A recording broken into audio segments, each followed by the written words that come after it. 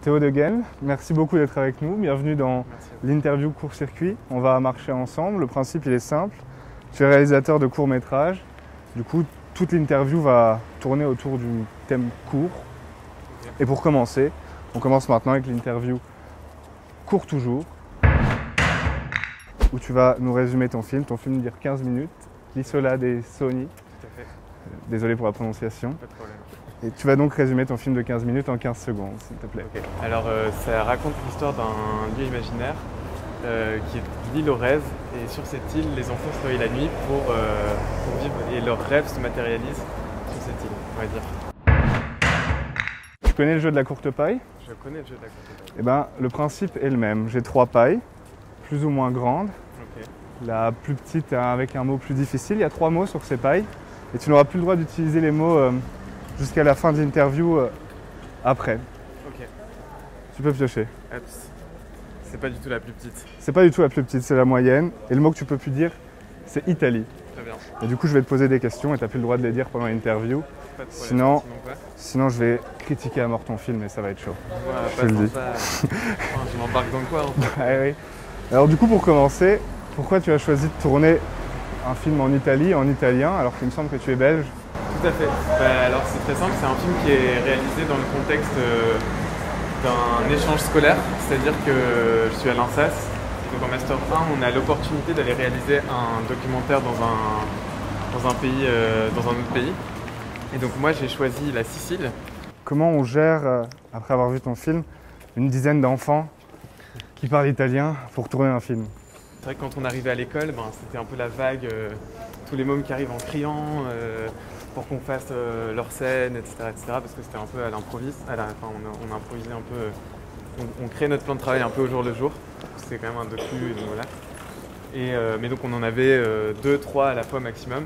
Et en fait, ils n'avaient jamais fait de cinéma, et donc le fait de découvrir comment on tourne un film, ça les focus pas mal en fait. Tu viens de parler de ton film comme un documentaire. C'est l'occasion pour moi de rebondir sur la 3e question, la question courroucée. Alors attention, te vexe pas, Jamais. mais j'ai vu du coup ton documentaire ce matin et j'ai quand même eu l'impression qu'il y avait beaucoup de fiction. Est-ce que tu te moquerais pas un peu de nous en appelant ça un documentaire? Non, j'exagère un peu, bien sûr. Je me moque pas. Non, simplement parce qu'à la base, on voulait. De toute façon, je pense que la frontière est jamais. Il n'y a pas de frontière entre documentaire et fiction. Mais c'est juste qu'on est arrivé dans un endroit où on ne connaissait pas les gens. On a rencontré des vrais enfants, si je peux te dire. Et en gros, l'histoire.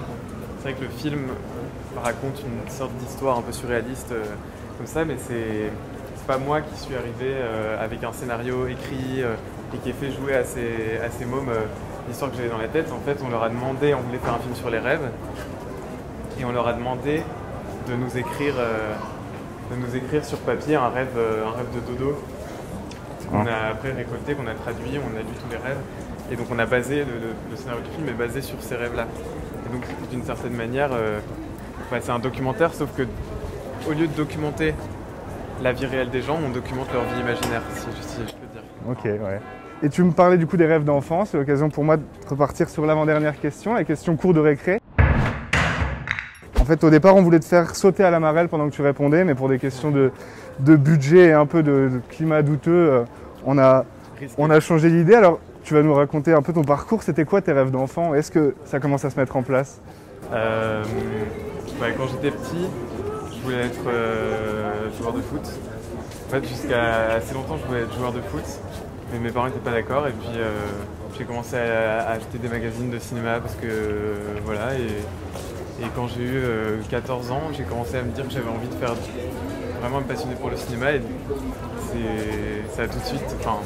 C'est ça que j'ai envie de faire depuis ce moment-là. Alors, voilà. Malheureusement, on arrive déjà à la fin. Mais comme on est quand même super fort en jeu de mots et en métaphore à la rédac, on va pas se mentir. La dernière question, c'est la question court Forest. Est-ce que tu as vu Forrest Gump? Bien sûr. Alors tu dois connaître la célèbre citation, la vie c'est comme une boîte de chocolat, on ne sait jamais sur quoi on va tomber. Alors je te propose du coup de me prendre un chocolat et métaphoriquement me dire sur quel chocolat tu aimerais tomber dans la vie.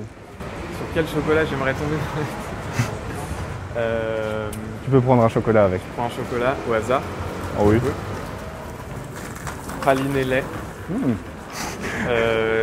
C'est plus ou moins celui sur lequel j'espérais tomber. Ok. Et sinon dans la vie, ouais, je sais pas, peu importe celui que... Non, j'en sais rien. Le chocolat, qu'est-ce qu'on peut te souhaiter comme chocolat pour le futur? Non, bah on peut me souhaiter de continuer à faire des films. C'est tout ce que j'ai envie. Des longs métrages peut-être? Bien sûr, dans des chocolats lointains, des chocolats du futur alors. Ce serait le chocolat rêvé.